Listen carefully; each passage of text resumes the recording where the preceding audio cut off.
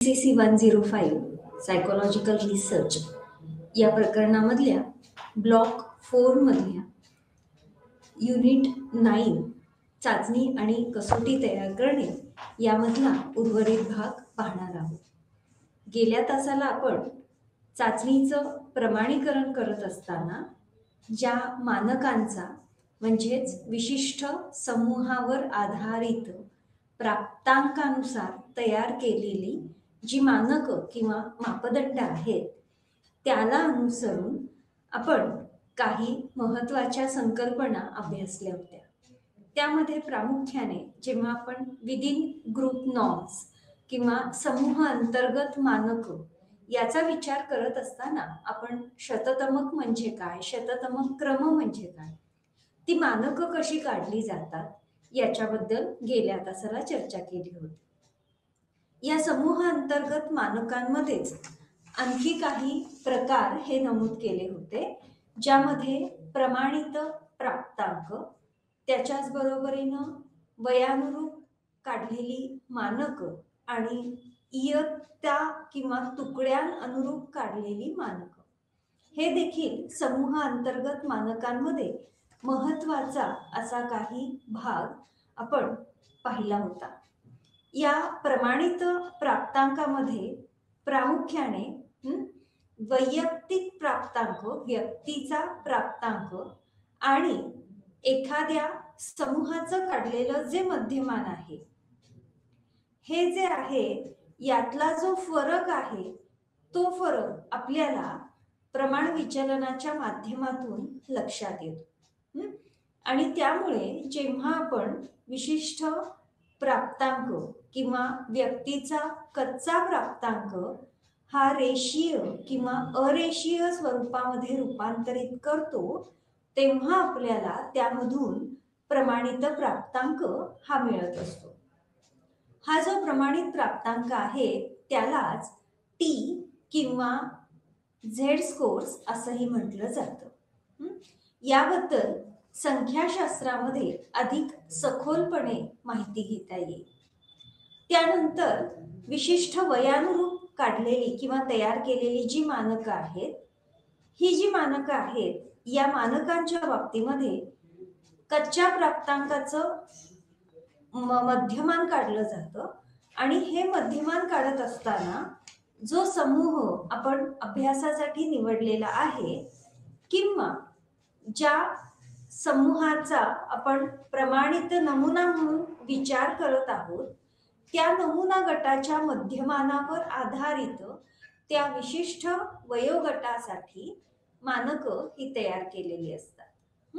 आणि त्यामुळे समजा आपण जेव्हा चाचणी एखाद्या विशिष्ट वयोगटासाठी तयार केलेली आहे, उदाहरणार्थ वयवर्ष 15 साठी, तेव्हा त्या वय वर्ष 15 मध्ये येणारे जे कच्चे प्राप्तांक आहेत चाचणीवर त्या प्राप्तांकाचं मध्यमान काढून त्या विशिष्ट वयोगटातील मध्यमानाबरोबर सद्यस्थितीमध्ये ज्या विद्यार्थ्याचं आपण परीक्षण करणार आहोत, ज्या विद्यार्थ्याला चाचणी देणार आहोत त्याची तुलना केली जाते. त्याच्याच बरोबर इयत्ता अनुरूप अशी मानकं देखील तयार केली जातात. या ठिकाणी विशिष्ट इयत्तेला अनुसरून उदाहरणार्थ इयत्ता पहिली, इयत्ता 7वी, 10वी अशा विशिष्ट इयत्तेला अनुसरून कच्च्या प्राप्तांकावरून मध्यमान काढलं जातं आणि हे मध्यमान मुख्यतः मानकांच्या स्वरूपामध्ये व्यक्त केलं जातं. त्यामुळे या समूहांतर्गत मानकांमध्ये प्रामुख्याने इयत्तेनुरूप किंवा प्रमाणित स्कोर, वयानुरूप, त्याचबरोबरीनं यापूर्वीच्या तासाला उल्लेख केलेले शततमक किंवा शततमक क्रम यासारख्या मानकांचा समावेश होत असतो. निश्चितपणे मानकं ही कोणत्याही चाचणीच्या दृष्टीने अत्यंत महत्त्वाची ठरतात. म्हणजेच अगदी आपण एखादी ब्लड टेस्ट जी रक्तातील शर्करेची तपासणी करण्यासाठी केली जाते तिथे देखील विशिष्ट मर्यादेच्या पलीकडे शर्करेचं प्रमाण रक्तामध्ये दिसलं तर मधुमेहासारखा आजार आहे हे निदान करत असताना तिथे देखील एक काहीतरी स्टँडर्ड किंवा एक काही प्रमाणित असा प्राप्तांक दिलेला असतो. आणि त्यामुळे मानसशास्त्र किंवा इतर सामाजिक शास्त्रांमध्ये देखील संशोधन करत असताना विशेषतः जेव्हा या चाचण्या तयार केल्या जातात, कसोट्या तयार केल्या जातात, तेव्हा या मानकांचा निश्चितपणे एका विशिष्ट व्यक्तीची समूहाबरोबर तुलना करण्यासाठी या मानकांचा वापर हा होत असतो.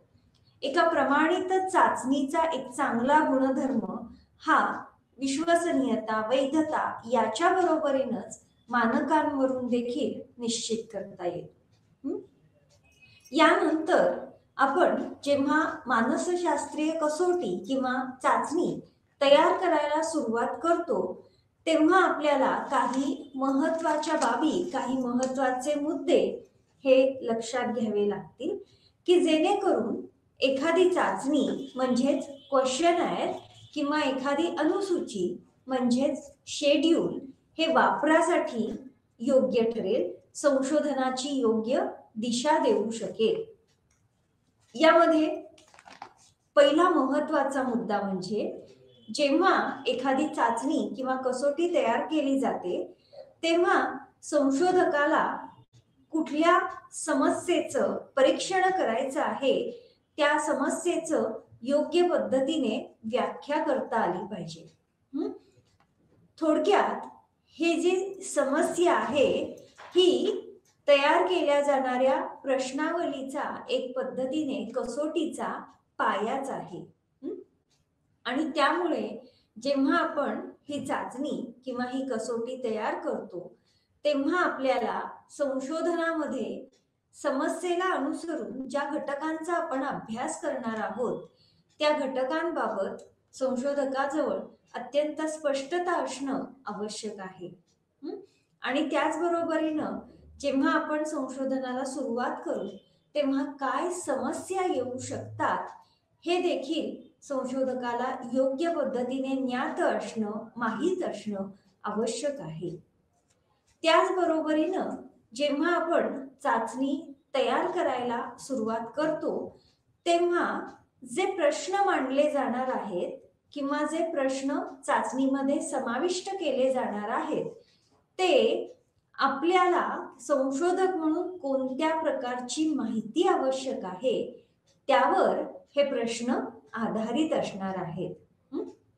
आणि त्यामुळे आपल्याला जेव्हा माहिती मिळवायची आहे तेव्हा मुख्यतः आपलं विश्लेषणाचं उद्दिष्ट आणि त्याचबरोबरीनं जे प्रतिसादक आहेत, जे या प्रश्नावल्या भरणार आहेत त्यांना देखील आपल्याला समोर ठेवून त्या दृष्टिकोनातून प्रश्नांची योग्य पद्धतीने मांडणी करणं आवश्यक आहे.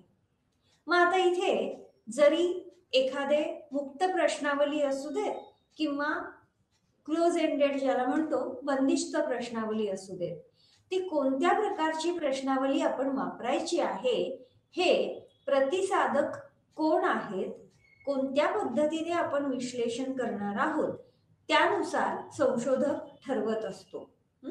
मग हे प्रश्न मांडत असताना अत्यंत क्लिष्ट किंवा गुंतागुंतीचे असे प्रश्न असता कामा नयेत.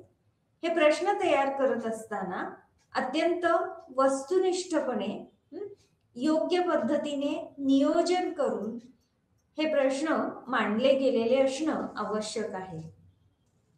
सर्वात सुरुवातीला संशोधकाने प्रश्न जे तयार करायचे आहेत त्याचा एक कच्चा मसुदा हा तयार करणं आवश्यक आहे.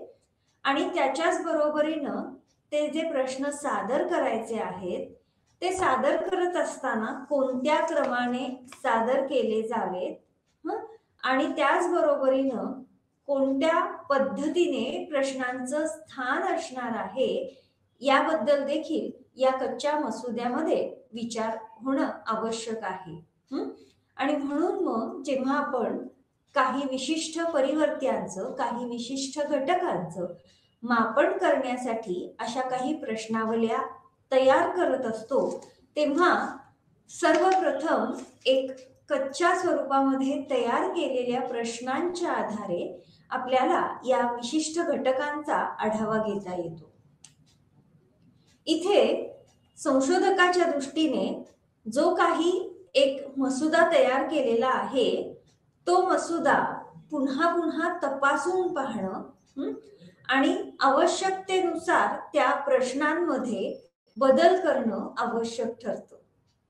मग या ठिकाणी हे केल्यामुळे जो फायनल ड्राफ्ट किंवा सगळ्यात शेवटी जी प्रश्नावली तयार होते ती प्रश्नावली अत्यंत अचूक अशा स्वरूपातली तयार होत असते. आणि त्यामुळे काही तांत्रिक तफावती जर असतील, काही तांत्रिक फरक जर असतील तर ते फरक पुन्हा पुन्हा तपासून पाहणं आणि जर आवश्यकता वाटली तर चाचणीच्या रचनेमध्ये काही बदल देखील संशोधकाला करता येऊ शकतात. ही चाचणी तयार करत असताना पूर्व चाचणी घेणं किंवा पथदर्शी अभ्यास करणं हे अत्यंत महत्त्वाचं ठरतं. पथदर्शी अभ्यास म्हणजे ज्याला आपण पायलट स्टडी असं म्हणतो. आता हे जे पायलट स्टडी आहेत किंवा हे जे पथदर्शी अभ्यास आहेत, चाचणीची चाचणी घेतली जाते किंवा चाचणीची एक प्रकारची पूर्व चाचणी घेतली जाते. मोठ्या नमुना गटावर ती चाचणी वापरण्यापूर्वी जो नमुना गट निवडलेला आहे त्यातीलच काही विशिष्ट जनसंख्येतील निवडलेल्या विशिष्ट व्यक्तींबाबत ही चाचणी वापरली जाते.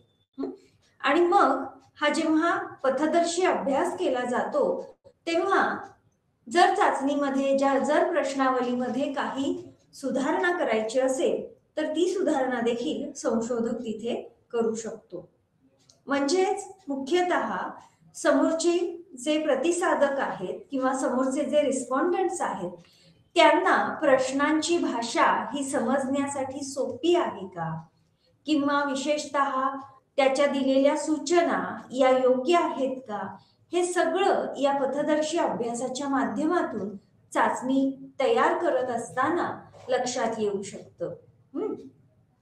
जे प्रश्न वापरायचे आहेत किंवा जे प्रश्न तयार केले जाणार आहेत त्याच्या सूचना या अत्यंत योग्य पद्धतीने दिलेल्या असाव्यात, प्रतिसादकांना समजतील अशा स्वरूपामध्ये दिलेल्या असाव्यात.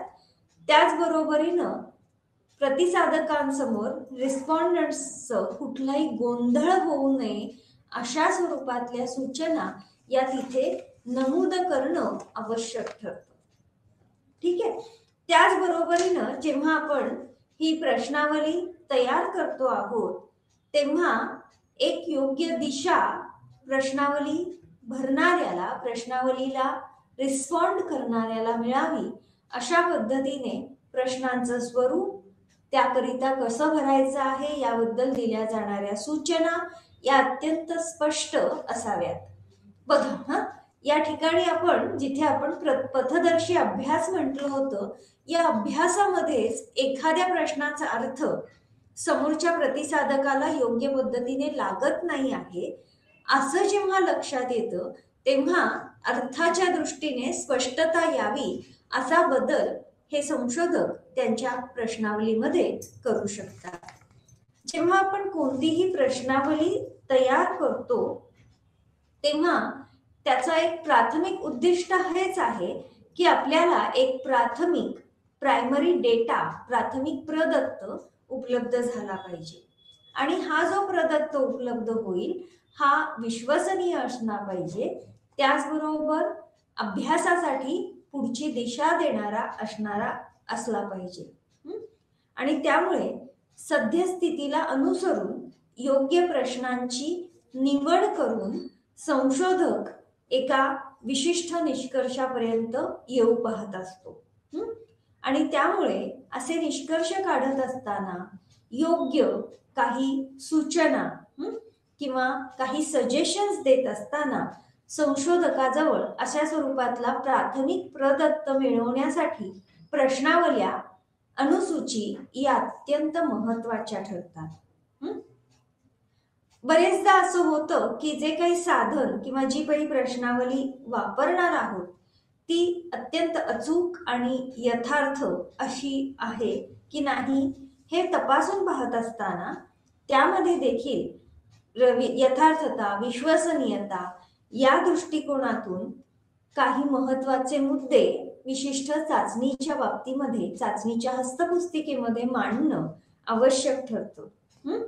जेव्हा आपण अशी चाचणी तयार करण्यासाठी प्रामुख्याने प्रमाणीकरण हा शब्द वापरतो किंवा स्टँडर्डायझेशन हा शब्द वापरतो, तेव्हा स्टँडर्डायझेशन म्हणजे काय हे समजून घेणं आवश्यक आहे. प्रमाणीकरणामध्ये प्रामुख्याने जी प्रक्रिया वापरलेली आहे, चाचणी तयार करण्याची प्रक्रिया, आणि त्याच्याच बरोबरीनं ज्या विविध पद्धती वापरलेल्या आहेत त्या पद्धती म्हणजे चाचणी एखाद्या समूहाला द्यायची किंवा एका वेळेस एकाच व्यक्तीला द्यायची आहे का, त्याच्याच बरोबरीनं चाचणीचं गुणांकन म्हणजे स्कोरिंग कसं करायचं आहे, या सगळ्या बाबींच्या बाबतीमध्ये सुसंगती असणं, कन्सिस्टन्सी असणं आवश्यक आहे. आणि त्यामुळे या ज्या पद्धती आहेत यामधलं सातत्य हे महत्वाचं ठरतं. जेणेकरून आपण विविध समूहाच्या व्यक्तींची, विविध समूहातील व्यक्तींची जेव्हा अशी तुलना करायला सुरुवात करू तेव्हा आपल्याला अशा विविध समूहासाठी उपलब्ध असणारी परिस्थिती ही सुद्धा सातत्यामध्ये समान ठेवण्याची आवश्यकता भासते. म्हणजे जेव्हा शालेय परिस्थितीमध्ये एखादी चाचणी, मानसशास्त्रीय चाचणी, कसोटी सादर केली जाते तेव्हा त्या ठिकाणी महत्वाचा मुद्दा हाच आहे की जी चाचणी विद्यार्थ्यांच्या गटाला दिली जाणार आहे त्या ज्या परिस्थिती आहेत, जी सभोवतालची परिस्थिती आहे त्यामध्ये सुसंगती आहे किंवा नाही. कारण या प्रतिसादकांवर किंवा या विद्यार्थ्यांवर या सुसंगत परिस्थितीचा देखील प्रभाव किंवा परिणाम असू शकतो. आता हे ठरवत असताना किंवा चाचणीचं प्रमाणीकरण करत असताना सगळ्यात महत्वाचा असा पहिला टप्पा जो आहे तो म्हणजे योग्य दिशा निश्चित करणे किंवा फॉर्म्युलेशन ऑफ डिरेक्शन. यामध्ये जेव्हा दिशा निश्चित करत असतो त्या दिशा निश्चित करत असताना आपण साहित्य कुठलं वापरणार आहोत, कारण मानसशास्त्रामध्ये अशाही काही चाचण्या आहेत की ज्यामध्ये परीक्षार्थीला किंवा प्रतिसादकाला काही कृती देखील कराव्या लागतात. जसं की वेशलरच्या चाचण्या असतील किंवा बिनेकामाची कसोटी आहे, या चाचण्यांमध्ये बालकाला विशिष्ट कृती करावी लागते आणि त्यामुळे जेव्हा आपण दिशा निश्चित करणं असं म्हणतो तेव्हा आपल्याला तिथे कुठलं साहित्य वापरलं जाणार आहे, त्याचबरोबरीनं शाब्दिक सूचना कोणत्या द्यायच्या आहेत हे देखील तिथे आपल्याला अचूक माहिती असणं आवश्यक आहे. एखादी विशिष्ट कोड किंवा एखादी विशिष्ट समस्या सोडवत असताना त्या परीक्षार्थीला किती वेळ द्यायचा आहे, त्याचबरोबरीनं विशिष्ट प्रश्न प्रतिसादकाकडून, परीक्षार्थीकडून कसे हाताळले जाऊ शकतात, अशा स्वरूपातल्या अत्यंत बारकावे, अत्यंत बारीक बारीक गोष्टी या चाचणीच्या संदर्भामध्ये चाचणीच्या दिशा निश्चित करत असताना नमूद केलेले असतात. आणि त्याच्याच बरोबरीनं ज्या परिस्थितीमध्ये चाचणी दिली जाणार आहे त्या बाबी देखील लक्षात घेणं आवश्यक आहे. त्यानंतर दुसरा आणि महत्वाचा टप्पा तो म्हणजे प्रमाणीकरण करत असताना मानक किंवा मापदंड प्रस्थापित करणे, म्हणजेच एस्टॅब्लिशमेंट ऑफ नॉर्म्स. आता ही मानक निश्चित करत असताना आपण जेव्हा मानक असा विचार करतो किंवा या शब्दाचा वापर करतो तेव्हा आपल्याला इथे सरासरी निर्वर्तन हा याचा अर्थ महत्वाचा आहे. म्हणजेच जेव्हा एखादी चाचणी प्रमाणित होत असते तेव्हा आपण अत्यंत मोठ्या जनसंख्येवर ती चाचणी सादर करतो. ही मोठी जनसंख्या म्हणजे संख्याशास्त्रीय किंवा संशोधनाच्या भाषेमध्ये ज्याला आपण नमुना असं म्हणतो. नमुना कुठला आहे? तर नमुना म्हणजे ज्यांच्यासाठी ती विशिष्ट चाचणी तयार केलेली आहे. या विशिष्ट गटाचा सरासरी प्राप्तांक, तो सरासरी प्राप्तांक मानकांच्या स्वरूपामध्ये, नॉर्म्सच्या स्वरूपामध्ये व्यक्त केला जातो. आणि त्यामुळे ज्या समूहावर ही मानकं तयार केली जात आहेत त्या समूहाला आपण प्रमाणित नमुना गट असंही म्हणतो. आता बघा, आपल्याला एखादी व्यक्तिमत्व चाचणी तयार करायची आहे. आणि या व्यक्तिमत्व चाचणी तयार करत असताना जर आपण एका विशिष्ट संचाच्या माध्यमातून त्या चाचणीवर विशिष्ट नमुना गटाला दिल्यानंतर आपल्याला त्यांच्याकडून जे प्रतिसाद मिळालेले आहेत किंवा त्यांच्याकडून ज्या प्रतिक्रिया आलेल्या आहेत त्या आधारे आपण त्या समूहाची मानकं म्हणजे सरासरी प्राप्तांक हा तयार करत असतो. आणि त्यामुळे समूहामधल्या सरासरी व्यक्तींचं निर्वर्तन कसं आहे हे आपल्याला या मानकांच्या माध्यमातून लक्षात येतं. एकदा का मानकं प्रस्थापित झाली की मग चाचणी तयार झाल्यानंतर, प्रमाणित झाल्यानंतर जेव्हा ती वापरण्यासाठी योग्य ठरते तेव्हा या समूहाच्या मानकांशी म्हणजेच समूहाच्या सरासरी प्राप्तांकाशी विशिष्ट व्यक्तीची, विद्यार्थ्याची तुलना केली जाते. आणि त्यामुळे जेव्हा आपण चाचणीचं प्रमाणीकरण करत असतो तेव्हा ही मानकं अत्यंत महत्वाची आहेत. चाचणीच्या प्रमाणीकरण करत असताना जेव्हा एका मोठ्या जनसंख्येवर किंवा एका मोठ्या समूहावर ही चाचणी तयार केली जाते तेव्हा जो समूह निवडलेला आहे त्याचप्रमाणे विशिष्ट परिस्थिती आणि त्यांना दिलं जाणारं मार्गदर्शन हे देखील समसमान असणं आवश्यक आहे. आणि त्यामुळे आपल्याला मिळालेले कच्चे प्राप्तांक हे आपण रूपांतरित करतो कशाच्या स्वरूपामध्ये? तर शततमक, झेड स्कोर्स, टी स्कोर्स, स्टॅनाइन म्हणजेच प्रमाणित 9, स्टेन म्हणजेच प्रमाणित 10 अशा स्वरूपामध्ये, मानकांच्या स्वरूपामध्ये आपण ते रूपांतरित करतो. आणि त्यामुळे जेव्हा एखादी चाचणी ही प्रमाणित करत असतो तेव्हा ते जे प्राप्तांक, जे प्रमाणित प्राप्तांक आहेत ते प्राप्तांक महत्वाचे. प्रमाणीकरण ही एक प्रकारची प्रक्रियाच आहे. या प्रमाणीकरणाच्या प्रक्रियेमधून मुख्यत्वे करून याची खात्री केली जाते की चाचणी जी आहे ती प्रमाणित आहे, स्टँडर्डाइज्ड टेस्ट. आणि त्यामुळे जेव्हा अशी चाचणी प्रमाणित असते तेव्हा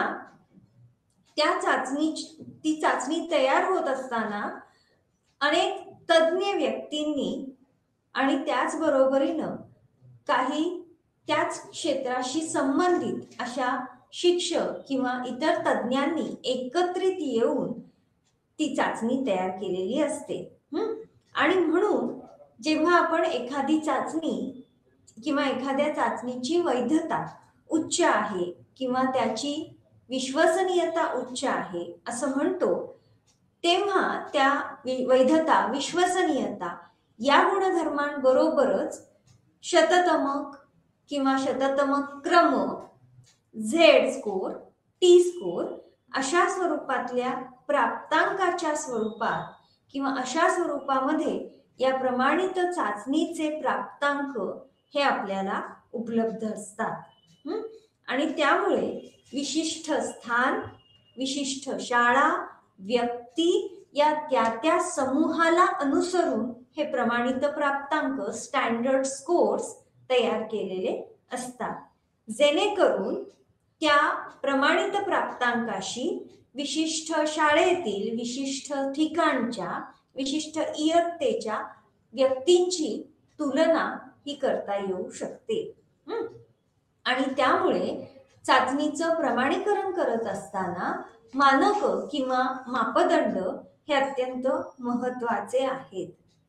जेव्हा आपण चाचणी तयार करतो किंवा चाचणी सादरीकरणाला सुरुवात करतो, तेव्हा सर्वसाधारणतः अशा परिस्थितीमध्ये चाचणी सादर केली जावी की जिथे फारसा गोंगाट नसावा किंवा अत्यंत शांत अशा वातावरणामध्ये ही चाचणी दिली गेली पाहिजे.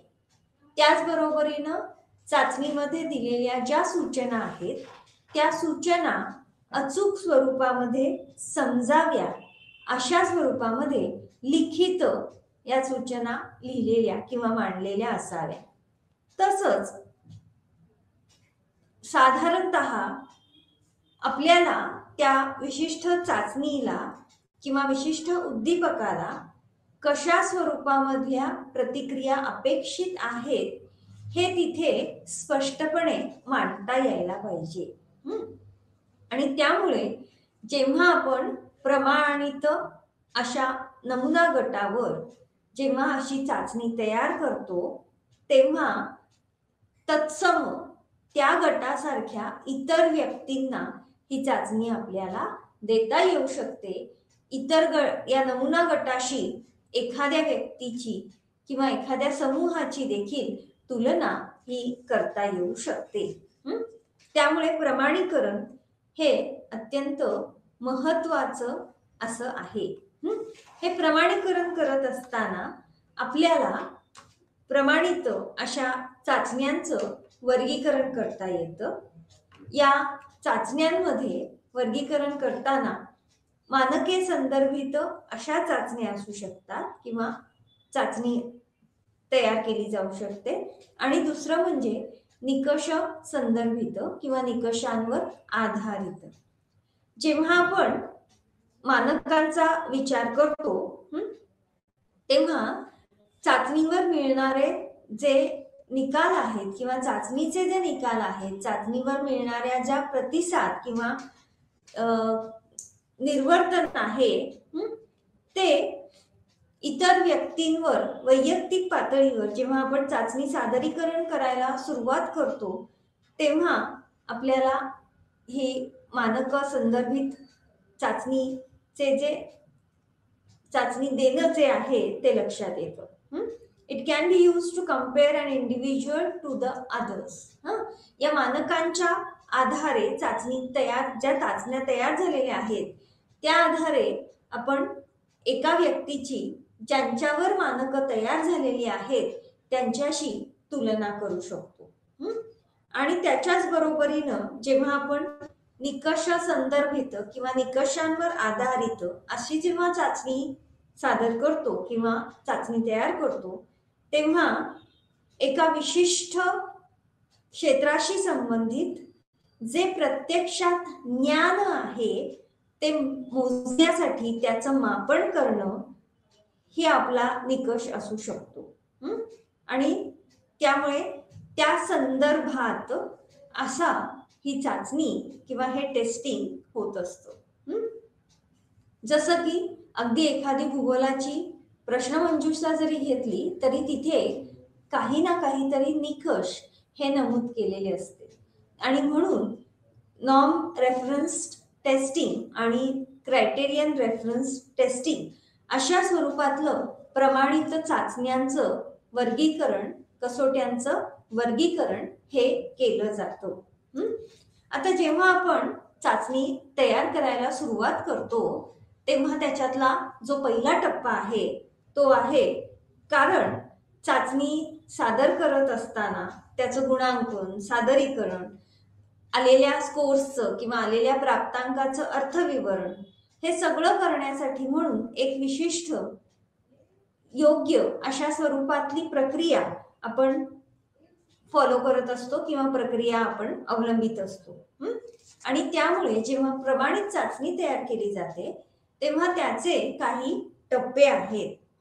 त्याच्यातला पहिला जो टप्पा आहे तो आहे, आता आपण सलग जे जे टप्पे आहेत त्याबद्दल पाहणार आहोत. आणखी डिटेलमध्ये सुद्धा आपण जाणार आहोत तिथे. त्यामुळे साधारण टप्पे काय आहेत, तर नियोजन करणं, चाचणी तयार करण्याचं किंवा चाचणीचं नियोजन करणं. त्याच्यानंतर प्रत्यक्षामध्ये ती जी चाचणी आहे त्या चाचणीची तयारी किंवा एककं लिहिणं. त्यानंतर चाचणीची चाचणी घेणं, म्हणजेच त्याला आपण ट्रायल रन असं म्हणूयात. कारण इथे आपल्याला प्राथमिक पातळीवर चाचणी एखाद्या विशिष्ट समूहाला देऊन त्यावरून आपल्याला ती चाचणी त्याच्यामध्ये काही बदल करायचे आहेत का हे देखील सुचविता येऊ शकतं. त्यानंतर चाचणीची विश्वसनीयता आणि वैधता ही तपासून पाहणं. त्याचबरोबरीनं चाचणीसाठी योग्य मानकं तयार करणं. आणि सगळ्यात महत्वाचा, संशोधकांच्या दृष्टीने शेवटचा असा टप्पा, एकदा का चाचणी तयार झाली की त्याची योग्य अशी हस्तपुस्तिका की ज्यामध्ये चाचणीबाबत माहिती दिलेली असते, त्याचबरोबरीनं चाचणीच्या मानकांबाबत देखील माहिती पुरवलेली असते, अशी हस्तपुस्तिका तयार करणं आणि वास्तवामध्ये चाचणी फायनलायझेशन किंवा योग्य चाचणी ही निर्माण होणं. आता जेव्हा आपण चाचणीच्या नियोजनाला सुरुवात करतो तेव्हा हे नियोजन करत असताना आपल्याला अत्यंत पद्धतशीररित्या प्रमाणित चाचणी तयार करण्यासाठी योजना आखणं हे आवश्यक आहे. जर आपली चाचणी ही वस्तुनिष्ठ असेल, म्हणजे अनेक वेळेस काही पर्याय दिलेले असतात आणि मग त्या पर्यायांपैकी एखादा पर्याय परीक्षार्थीला किंवा प्रतिसादकाला निवडायचा असतो.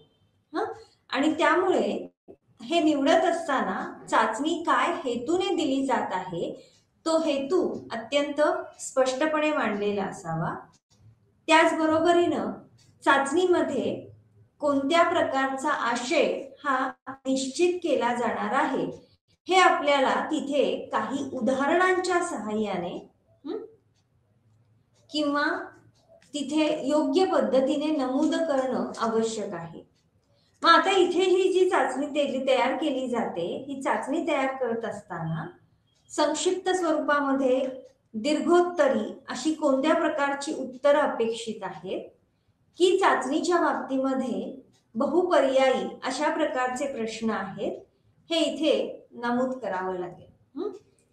त्याच्याच बरोबरीनं चाचणीच्या बाबतीमध्ये ज्या सूचना आहेत, ज्या पद्धती आहेत, जो नमुना निवडला जाणार आहे आणि त्याचबरोबरीनं एक प्रकारची या सगळ्यांच्या बाबतीमधली एक प्रकारची ब्लूप्रिंट ही तयार असणं आवश्यक ठरतं. ही ब्लूप्रिंट करत असताना ज्या काही आवश्यक अशा प्राथमिक पातळीवर सुधारणा आहेत त्या सुधारणा करून शेवटी चाचणी इतर व्यक्तींवर सादर करण्यासाठी तयार व्हावी अशी प्रक्रिया किंवा अशा प्रकारचं नियोजन हे संशोधकांनी करणं गरजेचं ठरतं. चाचणीचे प्रश्न, त्या प्रश्नांची लांबी, त्याचबरोबरीनं चाचणी पूर्ण करण्यासाठी लागणारा वेळ याबद्दल देखील योग्य सूचना या त्या चाचणीच्या हस्तपुस्तिकेमध्ये नमूद कराव्या लागतात.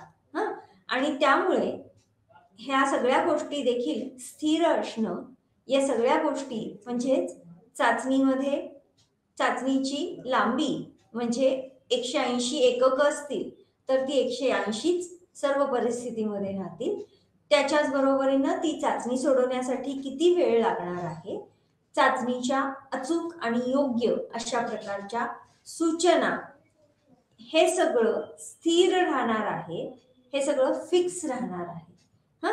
आणि त्यामुळे किती प्रमाणामधले किती प्रश्न विचारायचे, चाचणी साधारण किती वेळामध्ये पूर्ण झाली पाहिजे, हे सगळा भाग नियोजनाचा भाग म्हणून समाविष्ट होईल.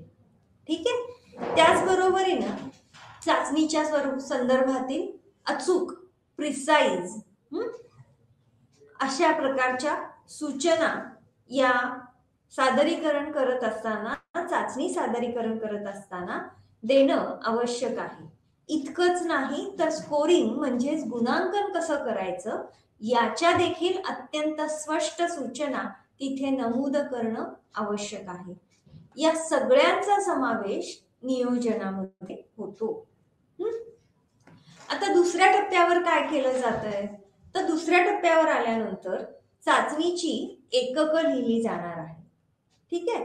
आणि ही चाचणीची एककं लिहित असताना हे जे संशोधक आहेत किंवा चाचणी तयार करणारी जी व्यक्ती आहे ती काहीशी सृजनात्मक किंवा सर्जनशील असणं, क्रिएटिव्ह असणं निश्चितच गरजेचं ठरतं. आणि त्यामुळे चाचणी तयार करणाऱ्याची, संशोधकाची कल्पनाशक्ती, तज्ज्ञता आणि त्याच्याच बरोबरीनं त्याचं ज्ञान या गोष्टींवर त्या चाचणीमधली एककं कशी तयार होतील हे अवलंबून असतं. आणि त्यामुळे चाचणीची एककं लिहित असताना काय काय गरजेचं आहे, तर विशिष्ट विषयाच्या बाबतीमध्ये अत्यंत सखोल असं ज्ञान, त्याच्याच बरोबरीनं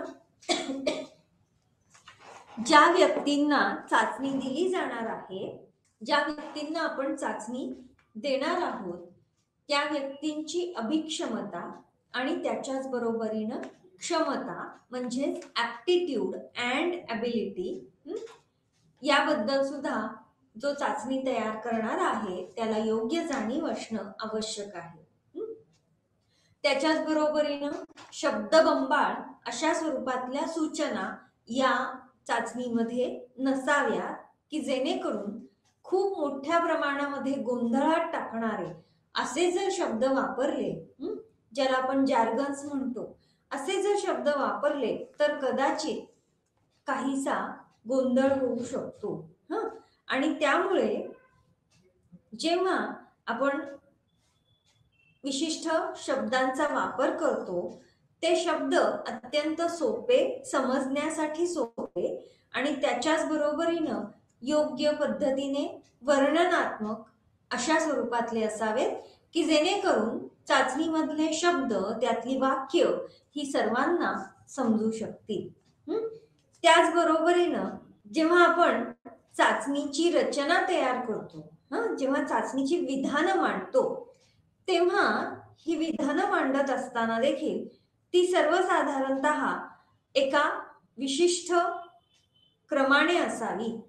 सुरुवातीलाच समजा एखाद्या परीक्षार्थीला वाटलं की चाचणी खूप अवघड आहे तर परीक्षार्थीची त्या चाचणी सोडवण्यातली अभिरुची, त्याचा इंटरेस्ट हा तिथे गमावला जाऊ शकतो. परिणामतः त्याचा परिणाम हा चाचणीच्या निर्वर्तनावर, परीक्षार्थीच्या परफॉर्मन्सवर होऊ शकतो. याचं अगदी साधं असं एक उदाहरण इथे द्यावंसं वाटतं. स्टँडर्ड प्रोग्रेसिव्ह मॅट्रायसेस म्हणजे ज्याचा मी यापूर्वी सुद्धा उल्लेख केलेला आहे, प्रमाण वर्धमान सारणीसारख्या रॅव्हन्सनी तयार केलेल्या पेपर पेन्सिल अशा स्वरूपातल्या अशाब्दिक चाचणीमध्ये परीक्षार्थीला सुरुवातीला जी एककं दिलेली आहेत ती अत्यंत सोपी आहेत. आणि त्यामुळे चाचणी तयार करत असताना त्याची काठिण्यता पातळी ही पुढे पुढे वाढत जावं. जसं आता मी सांगितलं की SPMच्या बाबतीमध्ये सुरुवातीची एककं ही परीक्षार्थीला अत्यंत सोपी वाटतात, मात्र म्हणजे तिथे काही संच पण आहेत. तिथे एकूण 5 संच आहेत. त्यामुळे तुम्ही संच 1 मधून संच 2 मध्ये किंवा A मधून B मध्ये गेलात तर थोडीशी चाचणी कठीण झाल्यासारखी वाटते. असं आपण जेव्हा ABCDE पर्यंत पोहोचतो तेव्हा E हा संच काहीसा जास्त कठीण आणि त्याच्याच बरोबरीनं तिथे असणारी एककं, कारण प्रत्येक संचामध्ये तिथे 12 एककं आहेत, त्यामुळे पहिलं एकक हे 12व्या एककाच्या तुलनेने सोपं असतं. आणि म्हणूनच चाचणीचं शीर्षक पण बघा, स्टँडर्ड प्रोग्रेसिव्ह मॅट्रायसिस. म्हणजे काय? प्रोग्रेसिव्हली, हळूहळू जसजसं तुम्ही चाचणी देत पुढे पुढे जाता तस तसं त्याची काठिण्यता पातळी ही वाढत गेलेली आहे. आणि त्यामुळे जेव्हा आपण एकक लिहितो तेव्हा एकक लिहित असताना हे अत्यंत महत्वाचं आहे की चाचणीची काठिण्यता पातळी ही पुढे पुढे वाढत गेली पाहिजे. It should be ascending order. चढत्या क्रमाने काठिण्यता पातळी ही वाढत जाईल. त्याच्याच बरोबरीनं चाचणीचा हेतू, चाचणीला असणारी वेळेची मर्यादा, चाचणीवरील उत्तरं कशी नोंदवायची आहेत या बाबतीमध्ये देखील अत्यंत स्पष्ट सूचना तिथे देणं गरजेचं आहे. जसं की आत्ता ज्या चाचणीचा उल्लेख केला ती प्रमाण वर्धमान सारणी, की ज्याकरिता उत्तर ज्या कागदावर किंवा उत्तर पत्रिका जी आहे ती स्वतंत्र आहे. आणि त्यामुळे परीक्षार्थीला कुठे कशी उत्तरं नोंदवायची आहेत याबद्दलच्या स्पष्ट सूचना चाचणी सादरीकरण करणारी व्यक्ती देत असते.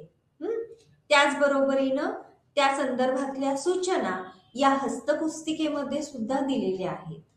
तसंच DAT म्हणजेच भेदात्मक अभिक्षमता चाचणी सारख्या चाचण्यांमध्ये देखील अशाच स्वरूपामध्ये वेळेची मर्यादा किती असेल, म्हणजे काही चाचण्यांच्या बाबतीमध्ये 5 मिनिट 25 मिनिट इतकी वेळेची मर्यादा आहे, ती किती असेल. तुम्ही तुमची उत्तरं प्रश्नपत्रिकेवर प्रश्नपुस्तिकेवर अजिबातच लिहायची नाहीत. तुम्ही उत्तरं दिलेल्या उत्तर सूचीमध्ये कशा पद्धतीने लिहायची आहेत या सगळ्या स्पष्ट सूचना या तिथे चाचणीच्या एककांच्या बरोबरीनं दिलेल्या असतात. त्याचबरोबरीनं एकदा चाचणी तयार झाली की मग विशिष्ट विषयाशी संबंधित, भाषेशी संबंधित त्रुटी चुका टाळण्यासाठी म्हणून जी व्यक्ती त्या विशिष्ट विषयाची तज्ज्ञ आहे अशा व्यक्तींचा ओपिनियन, अशा व्यक्तींना सुद्धा त्या चाचणीची एकक ही तपासण्यासाठी दिली जातात. या सगळ्या बाबी जेव्हा आपण चाचणीची एकक लिहितो तेव्हा लक्षात ठेवणं आवश्यक आहे. त्याचबरोबरीनं जेव्हा चाचणी तयार झाली, एकक लिहून झाली की मग त्याचं प्राथमिक सादरीकरण हे केलं जातं किंवा मगाशी म्हटल्याप्रमाणे चाचणीची चाचणी घेतली जाते. आता ही चाचणी घेत असताना जसं की मगाशी सांगितलं की काही तज्ज्ञ व्यक्तींकडून सूचना आल्यानंतर चाचणीच्या एककांमध्ये काही बदल केले जातात. आणि त्यामुळे एका प्रायोगिक पातळीवर ती जी चाचणी आहे त्या चाचणीमध्ये काही कमतरता राहिलेल्या आहेत का, काही अपूर्णता आहे का हे लक्षात घेण्यासाठी त्यातील एककांमध्ये काहीसे बदल करण्याची आवश्यकता असल्यास एक पूर्व चाचणी किंवा प्राथमिक सादरीकरण विशिष्ट गटावर केलं जातं.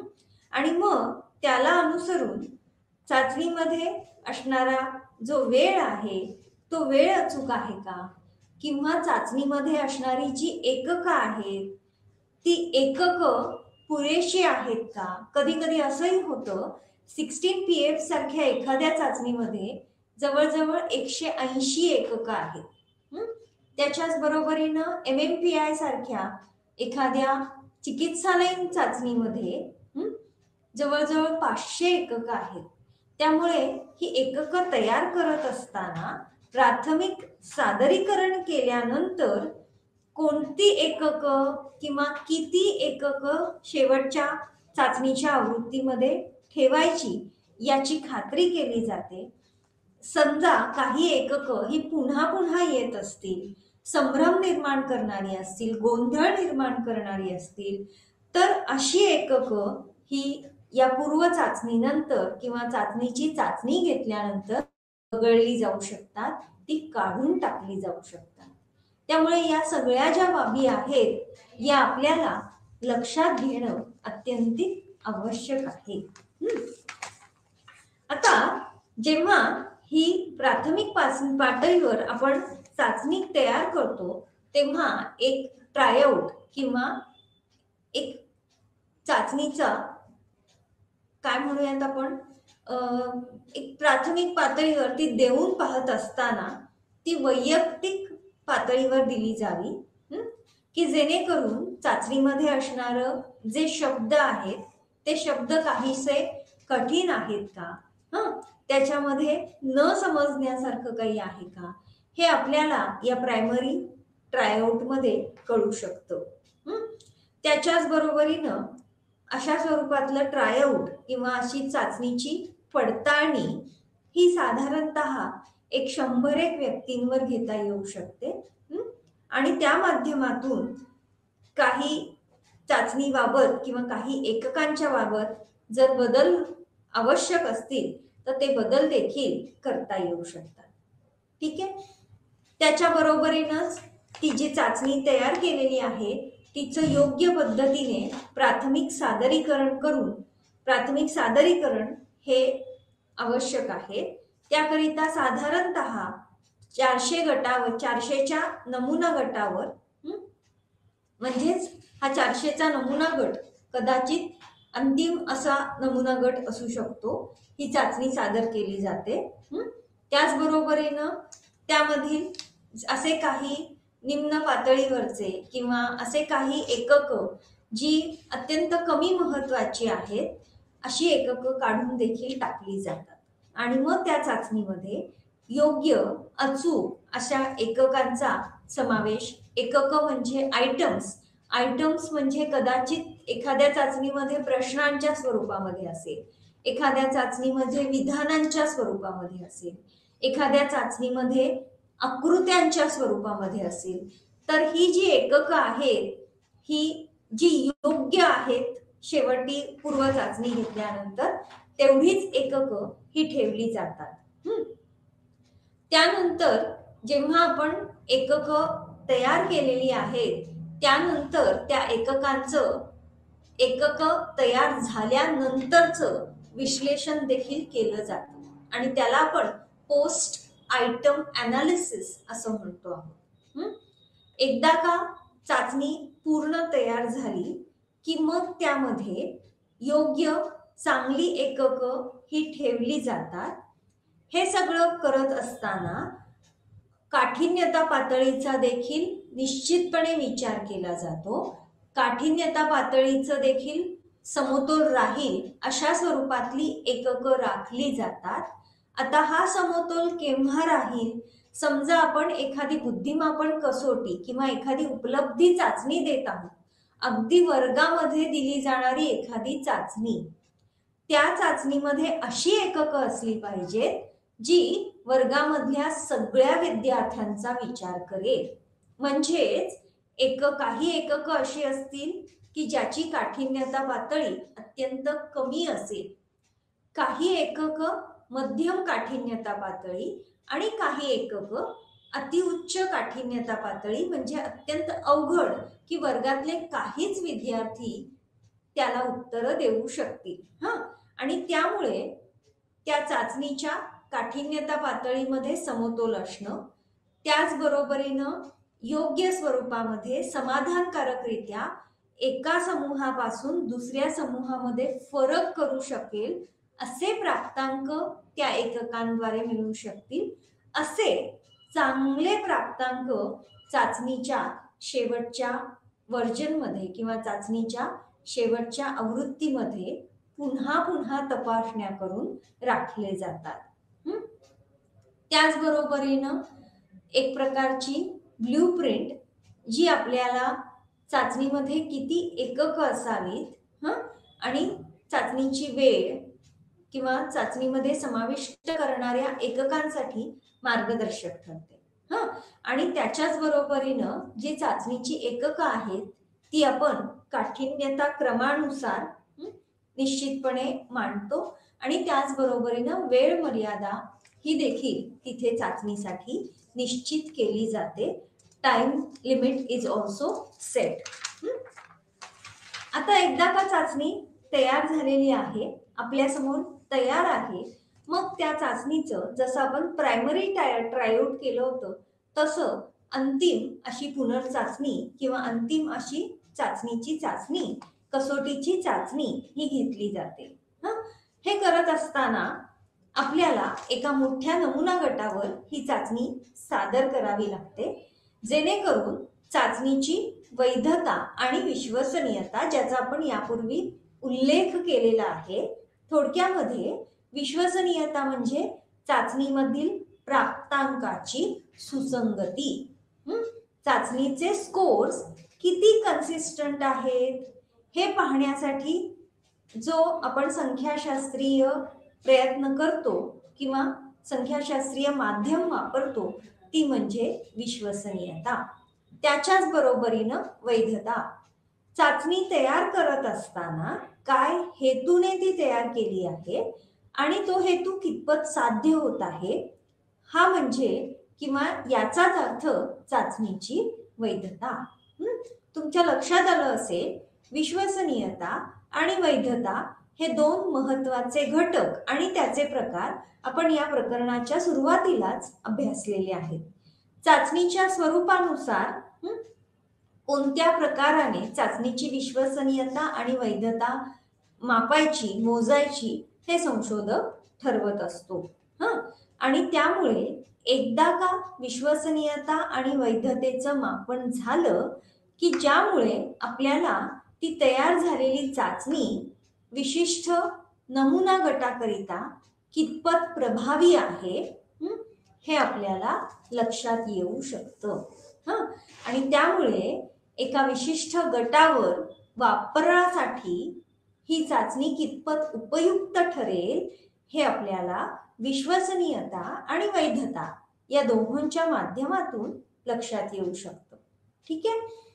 त्याचबरोबरीनं आत्ताच सांगितल्याप्रमाणे चाचणीची वैधता म्हणजे चाचणीने जे मापन करायचं आहे ते त्या चाचणीद्वारे किती प्रमाणात केलं जात आहे. आणि त्यामुळे आपल्याला ही जी विश्वसनीयता किंवा वैधता जी आहे ही तपासत असताना आपल्याला प्रामुख्याने आपल्याला इथे रिलायबिलिटी कोएफिशियंट म्हणजेच विश्वसनीयता गुणांक हा काढावा लागतो. ती संख्याशास्त्रीय प्रक्रिया आहे. ती संख्याशास्त्रीय पद्धती वापरून प्रामुख्याने सहसंबंध गुणांकासारखी संख्याशास्त्रीय प्रक्रिया वापरून आपण सहसंबंध गुणांक हा काढत असतो. इथे लक्षात ठेवण्यासारखी गोष्ट आहे, जेव्हा अशा प्रकारे चाचणी तयार केली जाते तेव्हा नमुना गट हा 100 पेक्षा शक्यतो कमी नसावा. यामध्ये कधी विश्वसनीयता काढत असताना आपण चाचणी, पुनर्चाचणी किंवा अर्धभाग अशा स्वरूपातल्या विविध पद्धतींच्या माध्यमातून किंवा समतुल्य, समरूप अशा पद्धतींच्या माध्यमातून आपण चाचणीची विश्वसनीयता ही शोधून काढतो. थोडक्यात विश्वसनीयता ही चाचणीमधील प्राप्तांकामधील सुसंगती ही दर्शवित असते. आणि वैधता ही चाचणी ज्या मापनासाठी, ज्याचं मापन करण्यासाठी तयार केलेली आहे ती किती प्रमाणात चांगल्या पद्धतीने मापन करते हे आपल्याला चाचणीच्या वैधतेवरून कळतं.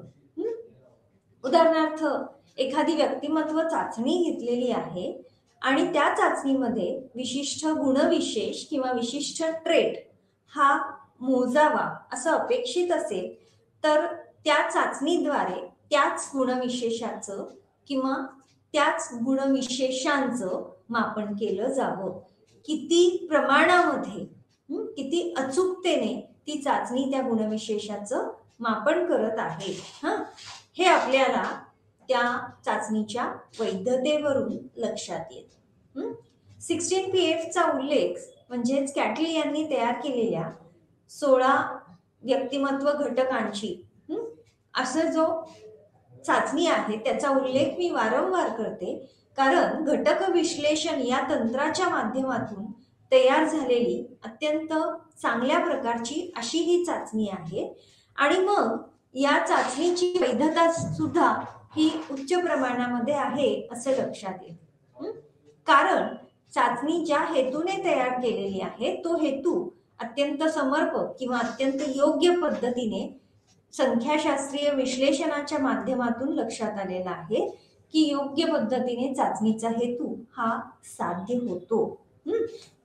आणि म्हणून मग जेव्हा आपण एखाद्या चाचणीची वैधता किंवा विश्वसनीयता बघत असतो तेव्हा काही विशिष्ट स्वतंत्र अशा निकषांच्या आधारे देखील इतर काही तयार झालेल्या प्रमाणित चाचण्यांच्या मदतीने देखील चाचणीची वैधता आपल्याला तपासून पाहता येते. ही चाचणी तयार होत असताना त्यामध्ये असणारी मानकं याबद्दल सुद्धा मी आत्ताच नमूद केल्याप्रमाणे शेवटची चाचणी जेव्हा तयार होते तेव्हा त्या चाचणीची योग्य मानकं ही तयार होतात. मानकं म्हणजे थोडक्यामध्ये समूहाचा निर्वर्तनाच्या बाबतीमध्ये काढलेला सरासरी गुणांक किंवा विशिष्ट समूहाचं सरासरी निर्वर्तन.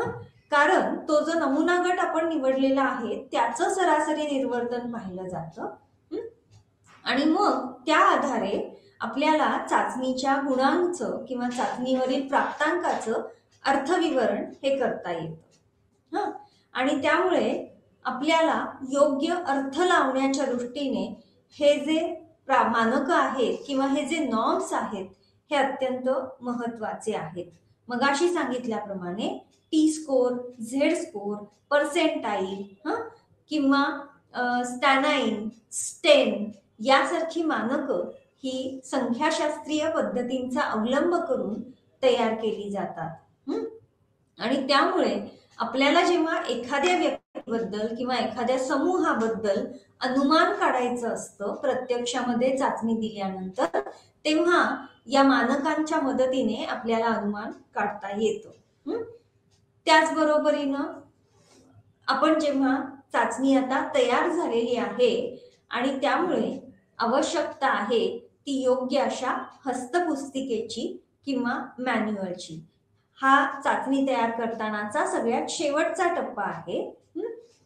चाचणीचे मनोमितीय बळकटी म्हणजेच विश्वसनीय, वैधता, मानक या सगळ्या गोष्टी या हस्तपुस्तिकेमध्ये नमूद केलेल्या असतात. त्याच्याच बरोबरीनं चाचणी तयार करत असताना जे संदर्भ वापरलेले आहेत, जे संदर्भ ग्रंथ आहेत त्याचा देखील उल्लेख हा चाचणीच्या हस्तपुस्तिकेमध्ये लिहिलेला असतो. त्याचबरोबरीनं जी प्रक्रिया चाचणी कशी सादर करायची, त्याचं स्कोरिंग कसं करायचं, किती वेळ कुठल्या उपचाचणीला द्यायचा, हे सगळं सुद्धा चाचणीच्या हस्तपुस्तिकेमध्ये नमूद केलेलं असतं. अगदी जेव्हा आपण चाचणी म्हणतो, प्रमाणित चाचणी असं म्हणतो, तेव्हा चाचणीच्या सूचना देखील प्रमाणित असतात. हे लक्षात घेणं खूप आवश्यक आहे. आपल्या मनाने आपण परीक्षार्थीला ज्याला आपण चाचणी देतो आहोत त्याला मनाने सूचना न देता योग्य प्रमाणित अशा सूचना देखील देणं अत्यंत आवश्यक ठरतं. आणि या सूचना देखील चाचणीच्या हस्तपुस्तिकेमध्ये म्हणजेच मॅन्युअलमध्ये नमूद केलेल्या असतात. आणि त्यामुळे जेव्हा आपण एखादी चांगली चाचणी आहे की नाही हे मानसशास्त्राचे विद्यार्थी म्हणून जेव्हा तपासून पाहू तेव्हा आपल्याला महत्वाचं ठरतं ती म्हणजे ही हस्तपुस्तिका किंवा मॅन्युअल की ज्यामध्ये चाचणीच्या विश्वसनीयता गुणांकाबद्दल नमूद केलेलं असतं, ज्यामध्ये चाचणी कोणत्या आणि किती प्रमाणातल्या नमुना गटावर प्रमाणित झालेली आहे हे नमूद केलेलं असतं, वैधतेबद्दल नमूद केलेलं असतं, चाचणीची मानकं कुठली आहेत, चाचणीसाठी वापरलेली साधनं काय आहेत, कुठला प्रश्न आला नाही तर त्याच्याऐवजी कुठला पर्यायी प्रश्न देता येईल हे सुद्धा नमूद केलेलं असतं. त्यामुळे चाचणी किंवा आपण जेव्हा संशोधनासाठी चाचणी निवडतो तेव्हा आपल्याला या सर्व बाबी लक्षात घेणं आवश्यक आहे आणि याचा उल्लेख मुख्यत्वे करून चाचणीच्या मॅन्युअलमध्ये म्हणजेच हस्तपुस्तिकेमध्ये केलेला असतो. अशा पद्धतीने आपण या प्रकरणाची सुरुवात चाचणी म्हणजे काय इथपासून केली होती ते आत्तापर्यंत प्रत्यक्षात आपल्याला स्वतःला संशोधक म्हणून चाचणी तयार करत असताना काय काय टप्पे हे आपल्याला फॉलो करता आले पाहिजेत, हे आपण या प्रकरणामध्ये शेवटपर्यंत पाहिलं. अशा पद्धतीने आजच्या तासाला आपलं हे जे 9वं प्रकरण आहे ते इथे संपलेलं आहे. थँक्यू.